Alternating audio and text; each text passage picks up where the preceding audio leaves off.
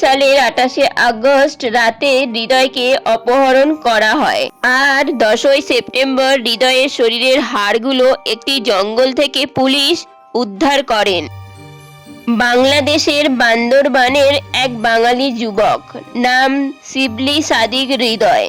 হৃদয় একটি পোল্ট্রি ফার্মে কাজ করতেন। 2023 সালের 28 আগস্ট রাতে হৃদয়কে অপহরণ করা হয়।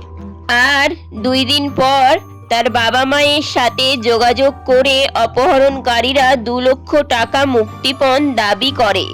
হৃদয়ের বাবা মাকে বলা হয়েছিল টাকা দিয়ে দিলে তারা হৃদয়কে জীবন্ত ছেড়ে দেবে, আর তারা যেন এই ঘটনা পুলিশকে না জানায়। হৃদয়ের বাবা মা ভয়ে পুলিশকে কিছুই জানায়নি, আর মুক্তিপণের পুরো টাকাটাই কোনোভাবে জোগাড় করে অপহরণকারীদের দিয়ে দেয়। কিন্তু মুক্তিপণের পুরো টাকাটা তাদেরকে দিয়ে দেওয়া সত্ত্বেও তারা হৃদয়কে ছাড়েনি। হৃদয়কে ছাড়া তো দূর, তার কোনো চিহ্নই মেলেনি আশপাশ থেকে। তখন হৃদয়ের বাড়ির লোক পুলিশকে খবর দেয় এবং পুরো ঘটনাটা তাদেরকে জানায়। হৃদয়ের মায়ের 6 জনকে সন্দেহ হয়, যারা হৃদয়ের সাথেই পোল্ট্রি ফার্মে কাজ করত।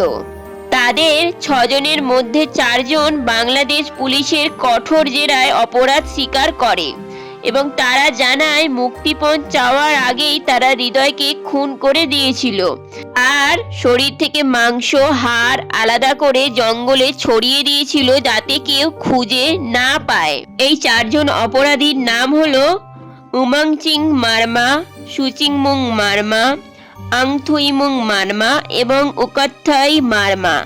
10 সেপ্টেম্বর প্রধান দোষী 46 বছর বয়সী উমংচিং মারমাকে অপরাধস্থলে নিয়ে যাওয়া হয় হৃদয়ের দেহ উদ্ধার করার জন্য। কিন্তু পুলিশ ওখানে শুধুমাত্র হৃদয়ের হাড়গুলোই পেয়েছিলেন, শরীরের এক টুকরো মাংস পাননি।